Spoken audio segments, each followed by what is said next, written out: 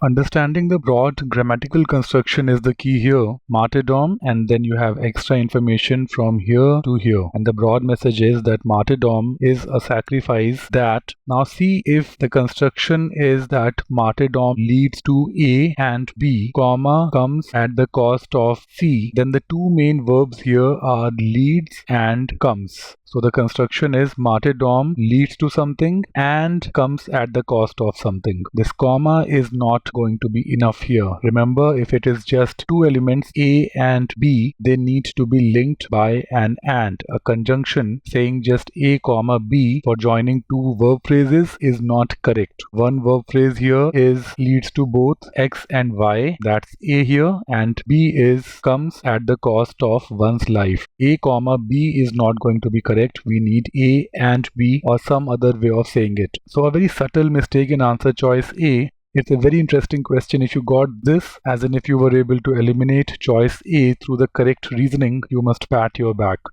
Look at choice B now. This changes the meaning drastically. This means that martyrdom dignifies both A and B. So it means that martyrdom dignifies the life and dignifies the consecration of death. That doesn't make sense. The meaning is that martyrdom both dignifies the life and consecrates the death. The placement of both after dignifies here changes the meaning drastically. B must go.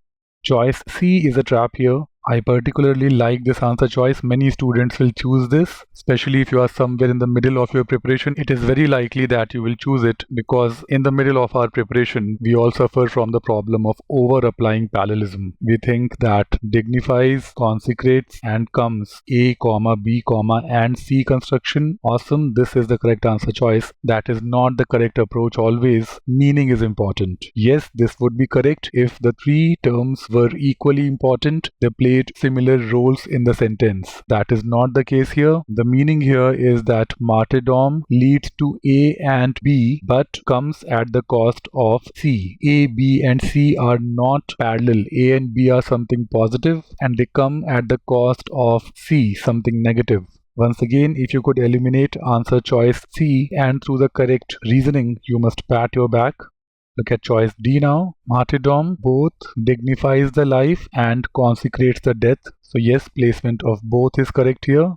Same with choice E also. And the problem we saw in choice A, we have a similar problem here. The comma comes construction. Martyrdom is a sacrifice that both A and B comma comes. Because the two verb phrases are not joined by a conjunction, this comes at the cost of one's life here works as a modifying phrase that would refer to the nearest noun before the comma, consecrates the death. So it sounds as if consecration of death comes at the cost of one's life. That is not the meaning. The meaning is that martyrdom comes at the cost of one's life. Even answer choice A can be seen in the same light, that because of a conjunction missing between the two verb phrases, this becomes a modifying phrase. Comes at the cost of one's life is referring to consecration of the death. That's a drastic change in meaning. E must also go.